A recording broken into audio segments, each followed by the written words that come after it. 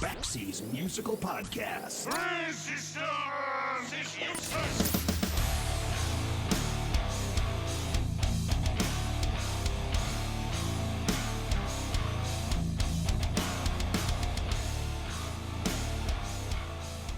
Okay, I'm warning you now. You're going to have to bear with me on this one because I'm about to geek out with one of my all-time favorite drummers. As a half-rate drummer myself with limited skill and coordination, I cannot begin to tell you how many times I've gone to YouTube just to watch a bunch of guys play drums. I love that stuff. I find it relaxing. You know, some people resort to booze or edibles or meditation. I prefer to watch dudes hit things with sticks. And while there are a million great drummers out there, there are a handful of people whose diversity and talent are so well documented and recognized that they keep getting hired by some of the greatest artists in the world.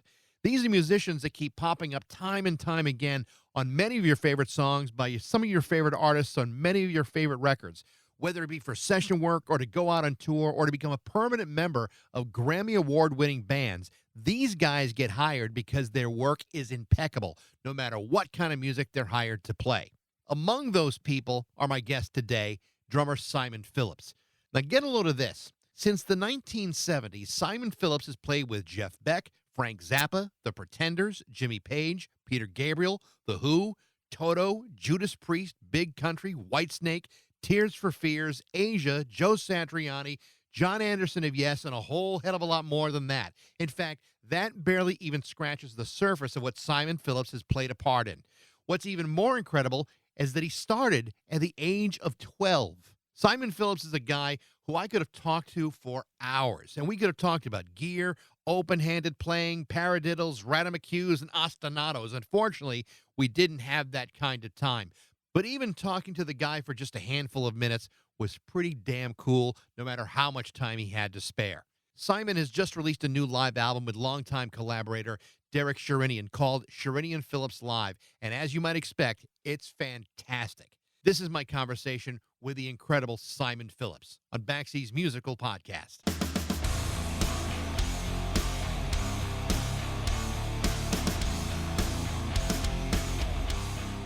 Good to see you. Nice to see you too. Yeah.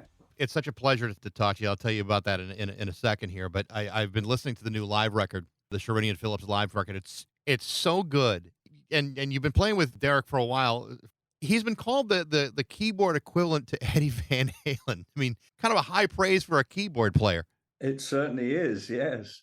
Yeah. I mean, Derek is very special. I mean, he has a very distinctive sound, and I think a lot of that is to do with his his synth playing and his lead synth and solo synth playing. He has a very distinctive sound, and I think that's one of the things he aspired to be a kind of the guitar player of the synth, but in the rock world.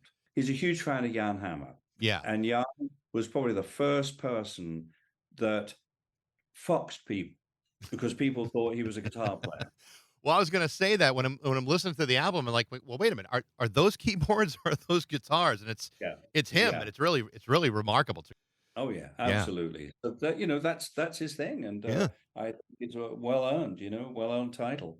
Well, I mean, it's a great live album, and sometimes live albums are like a hit or miss affair, but you guys just sound so great together, and your drumming is like it's so legendary. And the reason why, like I said, I want to tell you about why I'm so excited to talk about it. When I was like 14, 15 years old, I took drum lessons, and I never got to the point where I was good, but I remember being in the music store, and they would have these free Tama catalogs. And if you go to the back of the catalog, they always had the pictures of the guys who were playing Tamas. So it was like Neil Peart, Phil Rudd, Billy Cobham, and then Simon Phillips. And I remember thinking, I want to be that guy. I want to be that guy with that big giant green kit. And when I tried to explain the importance of having that to my parents, they didn't buy into it, and there was a great deal of hesitation. Yeah. So to talk to you is like it's a real thrill because I literally have been following you around since I was 14, 15 years old. Wow, fantastic! Thank you. I mean, you started your interest in drums at a much earlier age than most. Tell me about how you contracted the contagious illness of drumming. Yeah, I mean, my father was a band leader. He had a Dixieland dance band, and he used to rehearse at the house.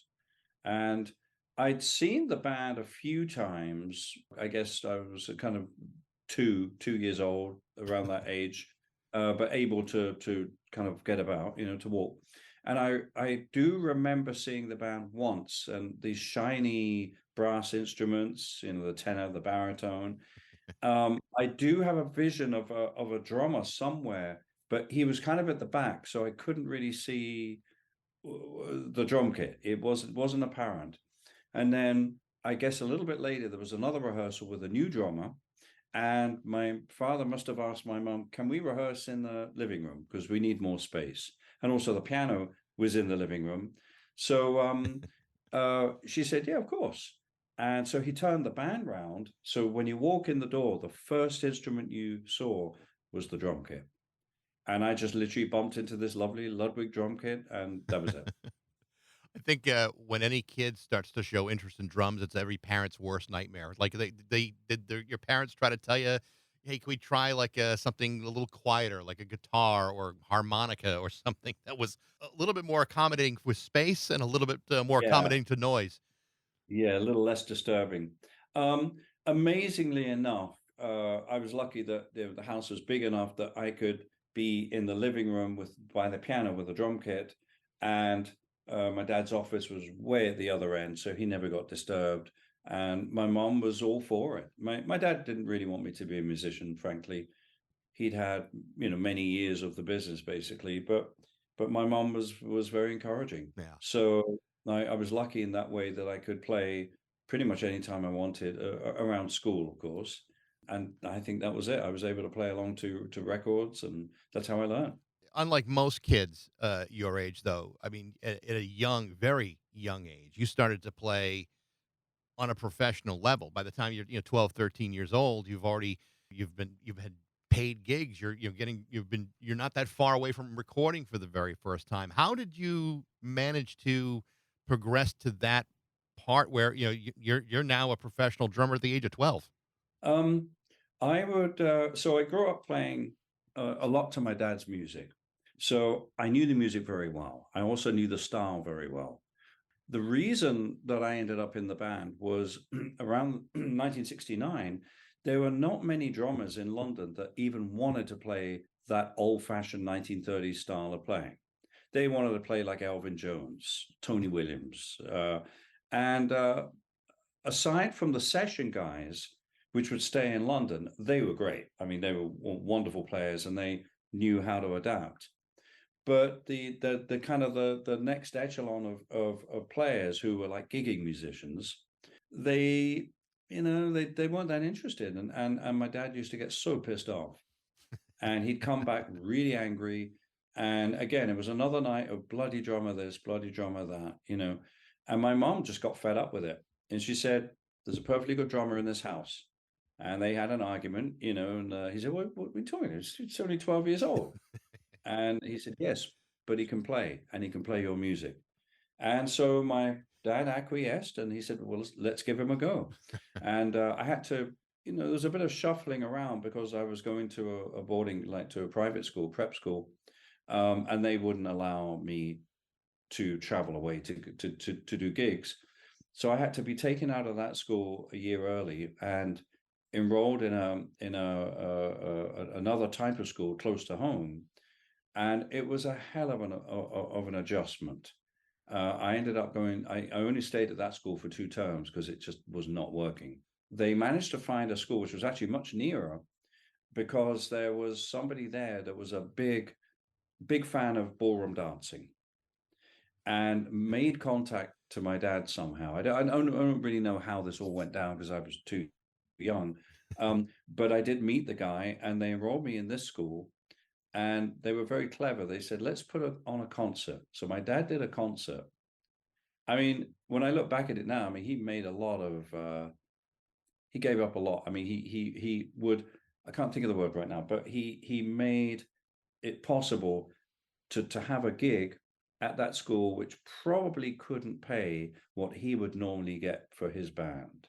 But he did it because he wanted them to really understand that I am a professional musician, and I need to be able to leave school way early, go and do a gig, and then come back to school way late because we would get back at 3 or 4 o'clock in the morning, and I need to sleep, so I'd go to school in the afternoon, and he wanted to make that very clear. And so we did this concert, or it was a dance actually. So that meant all the teachers that were at the dance saw that there's this 12-year-old kid on drums and doing a professional job, understanding that, okay, all right, this is a very unique scenario. We understand there was only two teachers that didn't dig it and didn't dig me at all, and it was rough. But the rest of the school were great. The kids were great. It was very unusual, for a school kid that has to get up in the middle of a class and goes, "Excuse me, miss," or "Excuse me, sir. Um, I've got to leave. I've got a gig in Hull tonight, or a gig in Birmingham, or Manchester." And they It's said, "Okay, yeah, make sure to do your homework, and we'll see you, next week or whatever it was." And I'd say bye to my friends, who had made, and they said, "Yeah, have a good gig." They didn't really understand what it was. it's so incredible to me that like, I'm thinking, me at 12 years old, I think my bedtime was like 8:30 at night.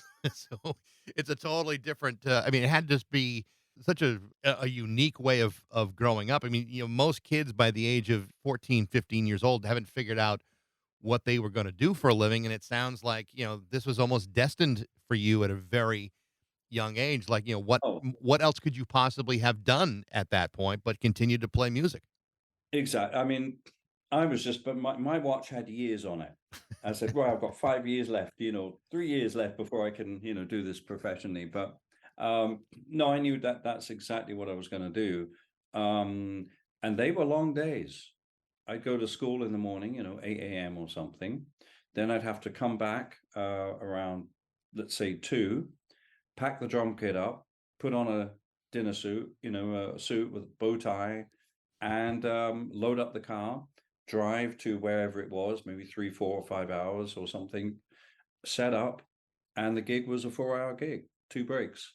Wow. So we'd finish around midnight, and I was beat. I mean, 12, 13, 14-year old. And yeah, there were times where it was pretty difficult, actually. Yeah.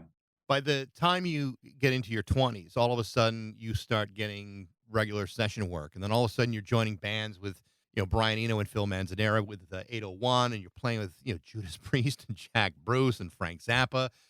That's an awful lot of work jammed into a very small span of time. Would you say that was indicative of the way you were playing and the diversity of way you were playing, or was it just the time when in the mid '70s when there was just so much work available to you? Yeah, I mean, it was a very different time. If you wanted to make a demo or record, you had to go into a studio and you had to hire musicians. There was no other way of doing it. Yeah. So actually, 16 was when my father, he died very suddenly in the band. I had to disband the band, and then I was kind of like going, now what? And then just a few months later, I was very lucky to get to do the London West End show of Jesus Christ Superstar. I did an audition and I got the gig. So that's kind of where it started, 1973. And it started by people in the cast that wanted to make a record, but they had to make a demo first in order to get a record deal. And they would invite me to go and play. So I'd turn up with a drum kit to this small 4-track studio in Dean Street or wherever the hell it was. What's that street? Mayfair Street, maybe, and it's where a lot of demo studios were. And I'd already had a few years of recording experience, so I knew and I'd been living, well, not living, but visiting studios since I was 6 years old. Yeah. So the environment was not frightening at all. Wasn't nervous. Red light didn't bother me, because I was so used to the environment of a recording studio. And a lot of people do have a problem with that red light going on, and they kind of Oh, seize up and first they few get, years, yeah. absolutely, yeah. And yeah, I'd meet a bass player, I'd meet a guitar player, and they're all older than me, at least 10 years older than me. And they're looking at me going, can this kid play? And of course we start and I get sometimes there'd be chart or sometimes you just learn the song, because in those days we were making the demo. So how's the song go? The artist takes an acoustic guitar and it goes like this. Ding, ding, ding. You write, something down, or maybe not. I mean, I didn't actually write much down. I could remember it all. And then we play the track, and bass player and guitar player looking at each other, going, "Huh?" And then I get, they get my number. Give me your number. And that's how it works. Suddenly my phone's ringing, and can you do a session at blah, blah, blah? Yeah, sure.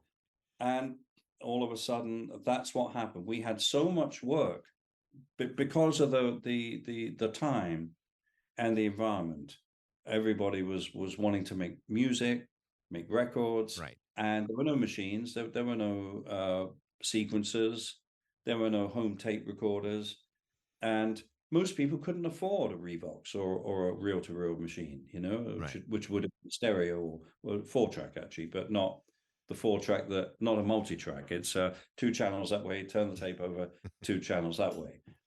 That's how it was. It was a very lucky time. So, I started playing with Phil Manzanera. I think that first album I did, played with him was 1975. So I was only 18. I mean, there's so much I want to ask you about, and I know we don't have a whole lot of time, so I'm going to jump around here a little bit. Right. 1980, you play a session on an album with the late Jeff Beck, who just died this year. To me, Beck has always been somewhat of an enigma. I mean, everyone can appreciate and respect the magnificence of his talent, but he's it's just always seems like a very a private, maybe somewhat unapproachable type of guy too. Tell me what it was like to work with Jeff Beck back then. You're absolutely right. He was an enigma indeed. I first met him in 1978, thanks to Max Middleton, who was his keyboard player for many years. And he was looking for a new band. He was looking for a drummer and a bass player. So I was invited down to his house in East Sussex with John Giblin, who was the bass player with Simple Minds after a while. We used to do a lot of sessions together. John, who also passed away last year, it was very, very sad. Yeah. And so I arrived at the house. I had a little Ludwig drum kit, and I went in and I saw Jeff there, and the manager was there. And they introduced me. And the first thing Jeff did was look at his hands, wipe them on his jeans because he had oil all over them from working on Your his car, scars, right? and held out his hand. So I grabbed his hand, and I wasn't afraid of a bit of oil. And he went, "Hello," and that was it. I mean, nothing really. So I set up my kit, and he came in and put a guitar on and started playing, and Max really kind of, well, we've got this tune here, so we just started playing, and apparently I did okay. The next thing I knew was a phone call to go into the studio with him and Jan Hammer. Could I recommend the studio and an engineer? And I went, because I was the one doing a lot of sessions, so I knew all the studios in London, and I recommended Ramport, which was Pete Townsend's studio. It was the most rock and roll studio at the time, and an engineer called John Punter, who used to work at Air Studios, and he did Roxy Music, and he Hmm. recorded every Nazareth. And we'd worked a lot, and I loved the way he made my kit sound. So we did it. I mean, it was interesting. I mean, Jeff's very he kind of waits for it to happen because he wasn't really a composer.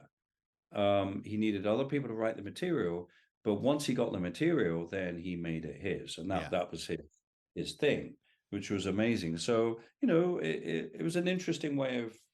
I'd never really worked with anybody like that before, and when Tony Hymas, so I introduced Tony Hymas to the band, and and he loved Tony, totally got on with him, and then I realized when we were down at his house once that he needs music.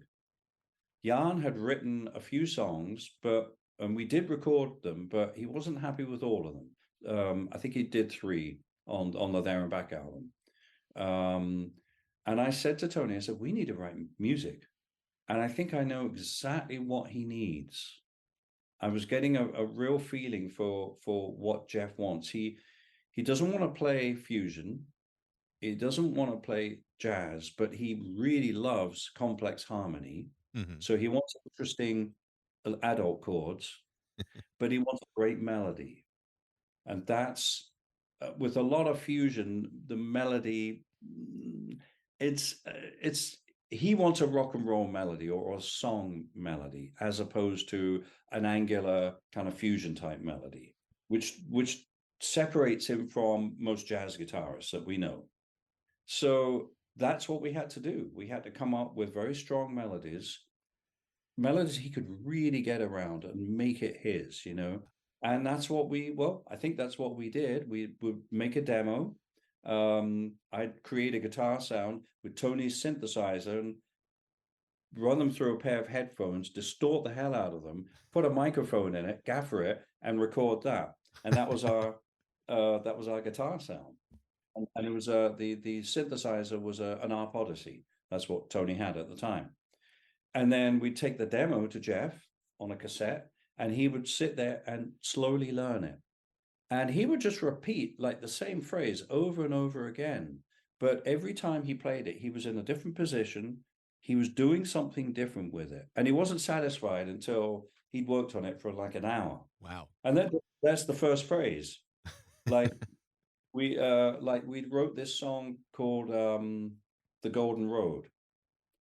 And Tony and I think I wrote the da da da da, just those four notes really, and then he would go da da da da da da da, and I'd go da da da da, ba ba ba, and that's how we came up with it. So Jeff is just working on do do dee da, right, and he's working on it for an hour, trying to figure the best way of extracting that melody out Wow. of his guitar.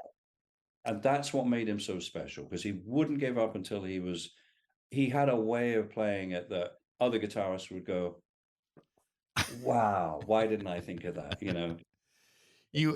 You mentioned Pete Townsend a moment ago, and you obviously you've done a lot of stuff with Pete since that, and including touring with the Who and replacing Kenny Jones. I think the idea of filling tremendously large shoes for a band that has been so known for its drummers with Keith Moon and then Kenny. When you were asked to join them on their tour, and I think it was like the 25th anniversary of the Kids Are All Right tour, whatever it may have been. When you joined that tour, was the idea of filling this looming shadow of great drummers difficult for you, or was it just like any other job that you may have taken? It just happened to be the Who. Well, first of all, thank you for mentioning Kenny Jones because I've had so many people say, "Oh yeah, you took over from Keith Moon." I went, "No, no, hang on a minute. Yeah. Kenny was in the band from 1979 or 80 through to 85 when I think they did their last gig with Kenny. Maybe because Pete started talking about it in 1987 when we were working on the Iron Man. But yeah, so it's very important to mention that I succeeded Kenny Jones, not Keith. Right. And I think people kind of forget that. The first time I saw The Who was actually with Kenny playing. I never saw The Who with Keith. And I loved it. I thought he did a great job. Absolutely. He sounded wonderful. And I think after Keith, that period was fantastic. But you see, filling in for another drummer, I don't even think about the drummer or how he played. I think about the songs. So I just played the songs and Yeah. always have them. And I think that's what Pete kind of really wanted. He didn't want, he didn't want me to be a Keith Moon clone or Kenny Jones clone. He wanted me to play the way I play. And that's good. That's why he chose me. And so I always approached it music first because it's silly to try and copy someone else because Well, you'll never do it well. well, I've heard other interviews where you've talked about that. Especially when you joined Toto and literally were asked to join the band. I think it was like a week after Jeff Porcaro had died. I mean, Jeff was the kind of drummer that people are trying. People have taken the last 40 years to try to get that Rosanna halftime shuffle correct, and that never even came close. Obviously, you're a different drummer, a different individual, and the guys in Toto, Lukather and David Page knew that about you.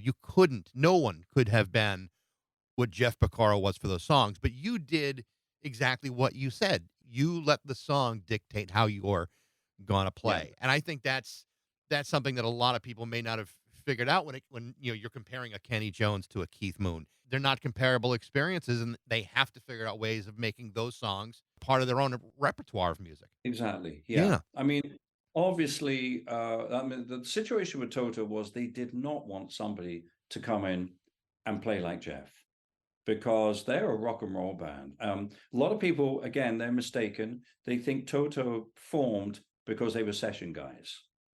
But they were a band way before they started doing studio work. Back at school, Yeah. high school, they were playing.